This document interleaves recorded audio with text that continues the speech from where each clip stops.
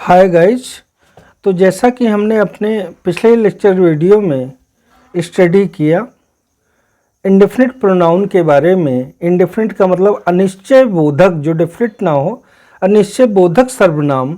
तो उसके बाद में 7वें नंबर पर आता है जो है रिलेटिव प्रोनाउन।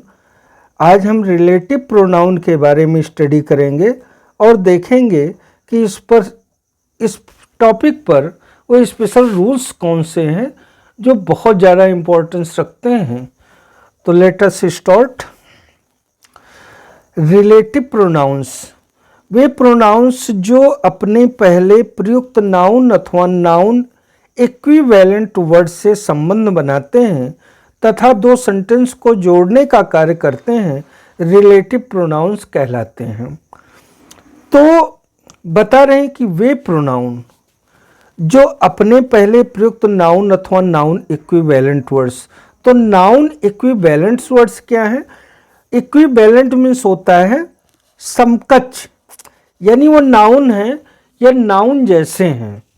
तो इसकी मीनिंग होती है समकक्ष, equivalent.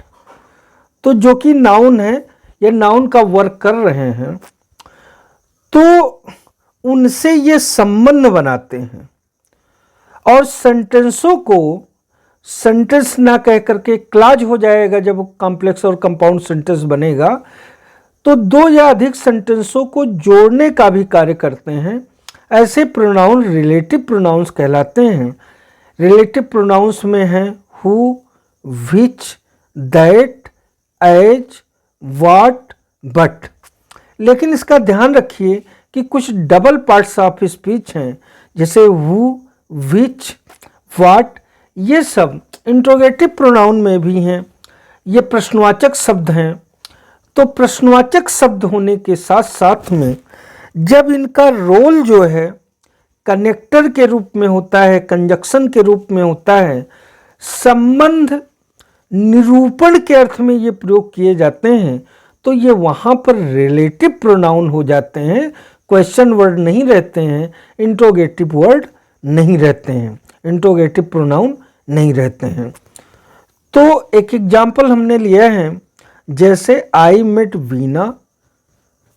Veena who was returning from school. तो मैं वीणा से मिला जो कि स्कूल से वापस आ रही थी, वापस लौट रही थी। तो यहाँ हु शब्द क्या है? ये है रिलेटिव प्रोनाउन। और आपने कहा कि हु आर यू, तो यहाँ हु क्या हो जाएगा? इंट्रोगेटिव प्रोनाउन हो जाएगा, क्वेश्चन वर्ड हो जाएगा।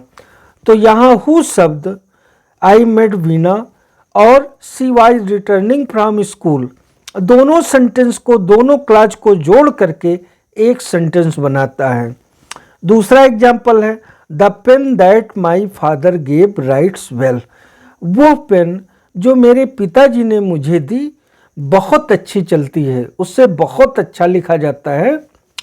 तो यहाँ पर दैट क्या हो गया?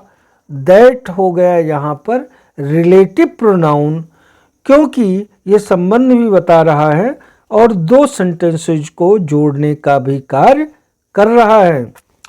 अब आगे हमने लिखा है नोट। इन्हें कनेक्टिव प्रोनाउन या कंजक्शंस भी कहा जाता है। तो ये जो रिलेटिव प्रोनाउन है इनका दूसरा नाम है कनेक्टिव प्रोनाउन या कंजक्शंस भी। कंजक्शन की लिस्ट में और भी तमाम सारे शब्द हैं, लेकिन जो रिलेटिव प्रोनाउन है वो भी कंजक्शन का वर्क करते हैं। ये बात हमें ध्यान में रखनी चाहिए। रिलेटिव प्रोनाउन पर, इस टॉपिक पर जो पहला रूल हमने यहाँ पर उद्धृत किया है, इलस्ट्रेट किया है, तो पहला रूल हम देखते हैं। ये कहता है कि कॉमा से सेपरेट का अर्थ होता है अलग किया जाना, सेपरेशन। अलग किए गए रिलेटिव क्लॉज में दैट का प्रयोग नहीं किया जाता है। दैट के बदले जरूरत के मुताबिक हु, हुम, विच का प्रयोग किया जाता है। तो पहले आप ये समझ लें कि क्लॉज और सेंटेंस में क्या डिफरेंस होता है। तो कॉम्प्लेक्स कंपाउंड और सिंपल सेंटेंस। सेंटेंस को कई दृष्टिकोणों से बांटा गया है, कई नज़रिए से सेंटेंस को क्लासिफाइड किया गया है। जैसे आप positive sentence, negative sentence, optative sentence, imperative sentence. अब सेंटेंस को बनावट के आधार पर जो कंस्ट्रक्शन के अकॉर्डिंग बांटा गया है, simple sentence, complex sentence, compound sentence, तो ये बता रहे हैं कि जो क्लाज जो शब्द होता है, क्लाज का मतलब होता है उपवाक्य, सेंटेंस का मतलब वाक्य। जो कॉम्प्लेक्स सेंटेंस है, कंपाउंड सेंटेंस होता है, उसमें एक सेंटेंस के अंदर कई सेंटेंस होते हैं। तो सेंटेंस वो होता है जो फुल स्टॉप पर जाकर के खत्म हो जाता है, और उसके अंदर जब कई सेंटेंस आपको लगे, यानी एक फुल स्टॉप से दूसरे फुल स्टॉप तक सेंटेंस की लेंथ होती है, लेकिन उसके बीच में कई सेंटेंस जो होते हैं, और ये कॉम्प्लेक्स और कंपाउंड सेंटेंस में होते हैं, तो उन सेंटेंस को, जो कई सेंटेंस हैं, उनको हम सेंटेंस ना बोल करके क्लाज बोलते हैं, यानी सब सेंटेंस बोलते हैं, उपवाक्य बोलते हैं, इंग्लिश में क्लाज बोलते हैं। तो ये बता रहे हैं कि एग्जाम्पल के जरिए हम समझते हैं। Mr Prasad is a popular leader that lives in Patna. यहाँ पर यह बोला जा रहा है कि यहाँ पर ध्यान दीजिए, कामा लगा है, और कामा से दो सेंटेंस को आपने दो भागों में बांट दिया, यानी दो क्लाज हो गए। पहला क्लाज क्या है? Mister Prasad is a popular leader, यानी यहां से लेकर के यहां तक ये सेंटेंस बोला जाता है, और यहां तक आप कहेंगे तो एक क्लाज हो गया, उसके बाद में दूसरी क्लाज हो गई यहां तक। तो mister Prasad is a popular leader. तो ये बता रहे हैं कि जो ये पहली क्लाज है, उसके खत्म होने के बाद में यदि कामा लगा हो तो दैट का प्रयोग आप नहीं कर सकते। दैट लिव्स इन पटना, क्योंकि यहां कॉमा लगा हुआ है, कॉमा से सेपरेट कर दिया गया है क्लाजों को। कामा लग गया, देख करके लगता है पहली क्लाज यहां तक खत्म हो जाती है, यहां पर आकर के लीडर पर, और उसके बाद दूसरी क्लाज शुरू हो जाती है। तो कामा का खेल ये है कि यदि यहां कामा लगाया जाता है तो दैट नहीं आएगा। फिर दैट के स्थान पर आएगा क्या? तो हु, हुम, विच, जरूरत के मुताबिक। जैसे हु मनुष्य के लिए, विच खासतौर से बेजानदार चीज़ों के लिए, वस्तुओं के लिए, हुम भी मनुष्य या एनिमल्स के लिए, लिविंग बीइंग के लिए आ जाएगा। उसमें भी जेंडर वाइज कैटेगरी है, जो लिविंग बीइंग्स की हम बात करते हैं, एनिमल्स वगैरह की। जैसे जो बहुत छोटे एनिमल्स हैं उनको लाइफलेस की तरह ट्रीट किया जाता है, निर्जीव वस्तु की तरह ट्रीट किया जाता है। तो यहाँ पर क्या आपको लिखना है? Mister Prasad is a popular leader who means जो, लिव्स इन पटना। कहने का मतलब मिस्टर प्रसाद जो कि पटना में रहते हैं, क्या है? लोकप्रिय नेता है। पॉपुलर मीन्स लोकप्रिय। मिस्टर प्रसाद यानी पटना में रहने वाले मिस्टर प्रसाद एक पॉपुलर नेता है, एक लोकप्रिय नेता है।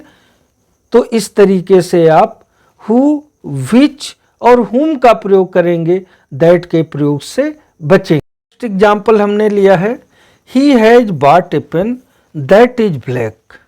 तो यहाँ पर कामा का यदि यूज है तो कामा के पहले he has bought a pen, ये पहली क्लाज है, और उसके बाद में दैट इज ब्लैक, ये दूसरी क्लाज है, और ही से लेकर के ब्लैक तक ये सेंटेंस है।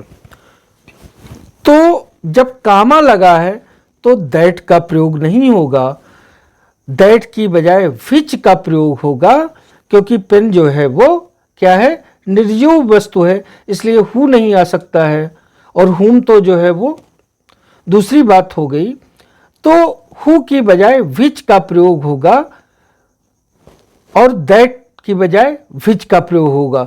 हु इसलिए नहीं आएगा कि पेन लाइफलेस चीज है, एक वस्तु है, और सीधा सीधा रूल में बताया गया है कि दैट का प्रयोग आपको करना नहीं है, तो विच का प्रयोग आप करेंगे। इसकी मीनिंग हुई he has bought a pen which is black, उसने काले रंग की एक कलम खरीदी, या कॉम्प्लेक्स सेंटेंस में कहें आप, उसने एक कलम खरीदी, पेन खरीदी जो कि काली है। उसके बाद नेक्स्ट रूल ये कहता है कि एंड से जुड़कर दो एंटीसीडेंट्स, एंटीसीडेंट मीन्स होता है पूर्ववर्ती, पूर्ववर्ती का मतलब होता है पहले आने वाला शब्द यहां पर का प्रयोग हो जिनमें एक मनुष्य तथा दूसरा जानवर या वस्तु हो, तो इसके बाद रिलेटिव प्रोनाउन दैट का प्रयोग होता है, हु, हुम, विच का नहीं। ये कह रहे हैं कि एग्जाम्पल के जरिए हम समझते हैं the man and his dog that I सा यस्टरडे हैव बीन किडनैप्ड। ये बता रहे हैं कि यहां पहले आप देखिए कि एंड से क्या जुड़ा है, द मैन जुड़ा है और हिज डॉग जुड़ा हुआ है। तो रूल में कहा जा रहा है कि एंड से जुड़कर के दो एंटीसीडेंट्स का प्रयोग हो। ठीक, तो द मैन और हिज डॉग दोनों एंड से जुड़ा हुआ है, और इसमें एक मैन है मनुष्य, दूसरा जानवर है, डॉग क्या है, जानवर है।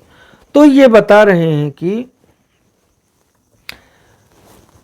दैट का प्रयोग जो है वो इसमें होगा, हु, हुम, विच का प्रयोग नहीं होगा। दूसरे शब्दों में अगर ध्यान दीजिए तो जो एनिमल है, मनुष्य नहीं है, उसके साथ जब वो प्रोनाउन आता है उसके जस्ट बाद में, तो वो दैट आता है, क्योंकि डॉग जो है वो मनुष्य नहीं है, एनिमल है, तो डॉग के लिए दैट आएगा।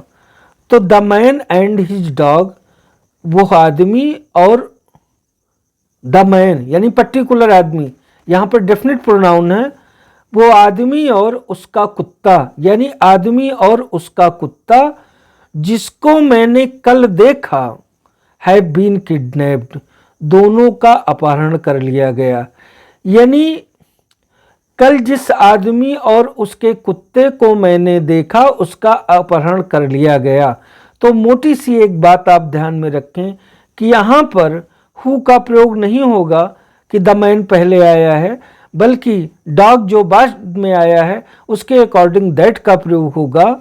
और यदि सिंपल तरीके से देखा जाए तो एक मनुष्य दूसरा जानवर हो तो हम दैट का प्रयोग करेंगे, हु, हुम, विच का प्रयोग कतई नहीं करेंगे। तो आज यहीं तक। In last my humble request, मेरा आप सभी से अनुरोध है, मेरी रिक्वेस्ट है, यदि मेरा लेक्चर वीडियो आपको पसंद आता है, आप इससे सेटिस्फाई हैं, तो हमें एनकरेज करने के लिए आप लाइक करें, शेयर करें, सब्सक्राइब करें और हमें कोऑपरेट करें। थैंक्स।